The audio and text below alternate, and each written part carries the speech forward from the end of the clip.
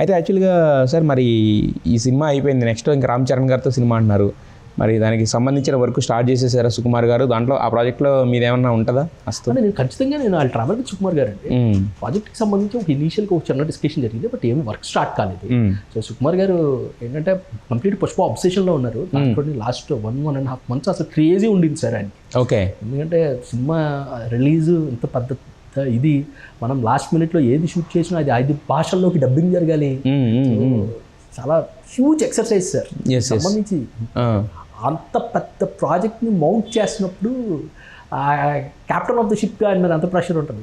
కాబట్టి ఈ నెక్స్ట్ ప్రాజెక్ట్కి సంబంధించిన డిస్కషన్ ఏం జరగలేదు సార్. బట్ ఇనీషియల్గా 2-3 months క్రితం we had a quick discussion about it.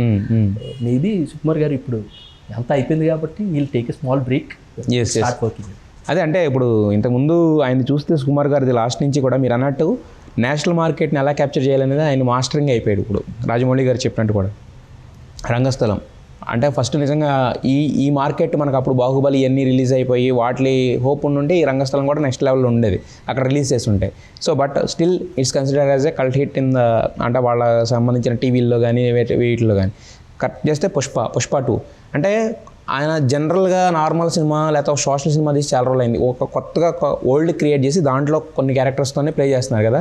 మరి నెక్స్ట్ అంటే మీకు తెలిసిన కొద్ది దీని ప్రకారం నెక్స్ట్ ఇది అంటే ఒక పీరియాడిక్ అలా కొత్త ప్రపంచం ఏమైనా ఉంటుందా లేకపోతే సోషలైజ్ మూవీయా మీరు అనుకుంటారు?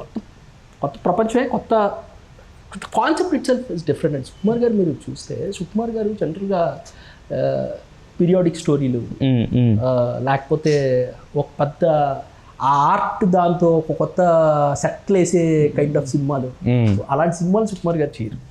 ఆయన ఏంటంటే ఆయన కంటెంట్ నమ్ముకుంటారు, ఆయన క్యారెక్టరైజేషన్ నమ్ముకుంటారు. పుష్ప కూడా ఏముంది సార్, మీరు పుష్ప Part 1లో అంటే వరల్డ్ క్రియేట్ చేస్తారు కదా, అందులో ఏదో అడవులు లోపలికి వెళ్తారు, ఈ దొంగలు కొట్టాలంటే పుష్ప 2లో చాలా వరకు అసలు అది కూడా ఉండదు. అదే సినిమా ఇంటీరియర్ లో తీసిన సినిమా. అదే నేను అంటున్నాను సార్, కానీ వరల్డ్ అనేది ఒకటి క్రియేట్ చేస్తారు. ఇప్పుడు ఇంత ముందు మీరు చెప్పినట్టే బ్యాక్ డ్రాపే మనకి ఓన్లీ పుష్ప 2కి ఏంటి సార్, ఎర్రచంద్రం స్మగ్లింగ్ అన్నది బ్యాక్ డ్రాప్.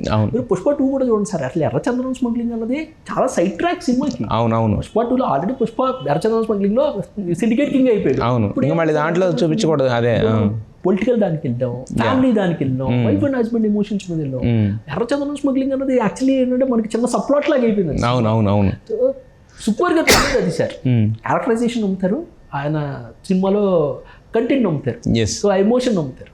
సో ఆ ఎమోషన్ క్యారెక్టరైజేషన్ ఇంపార్టెంట్ సార్. అంటే బేసిక్గా యూనివర్సల్ ఎమోషన్ అనుకోండి సార్, నార్త్లో చూసినా, సౌత్లో చూసినా, తమిళ్లో చూసినా, కన్నడలో చూసినా, ఎవరికి చూసినా ఎమోషన్ కనెక్ట్ అవుతుంది. సో మరి అంటే మీకు తెలిసిన దాని ప్రకారం రామ్ చరణ్ గారిది ఒక అంటే కొత్త సేమ్ కైండ్ ఆఫ్ ఇప్పుడు లాంటి ఒక ఎమోషన్తో కంటెంట్తో రన్ అయ్యే ఫిల్మ్. అంటే normal socialise movie, normal movie అయితే కాదు. నేను ఇప్పుడు మీకు ఇది రివీల్ చేసేస్తే వైబ్రేషన్ అయిపోతుంది. సోషలైజ్ మూవీ లేకపోతే సుకుమార్ గారిది ఒక డిఫరెంట్గా చేస్తున్నారు కాబట్టి మధ్యన అదే డిఫరెంట్ ఫిల్మే సార్, డిఫరెంట్ ఫిల్మే. సో అయితే ఏంటంటే it's very nascent stage, any స్టేజెస్లో. సో ఆడ వెరీ క్విక్ డిస్కషన్ అబౌట్ దాని గురించి. అసలు నేను ఆయన సార్ కూడా ఏం వర్క్ చేశారు కూడా నాకు తెలియదు సుకుమార్ గారు, మేమైతే ఏం వర్క్ చేయడం స్టార్ట్ చేయలేదు. సో ఏదన్నా ఇది జరిగిన తర్వాతే వర్క్ స్టార్ట్ అవ్వచ్చు. Yes sir. అయితే ఇప్పుడు ఇది ఫైనల్గా 3 గంటల 20 నిమిషాలు ఇచ్చారు, బట్ తీసినప్పుడు ఎంత వచ్చింది సార్ దీన్ని?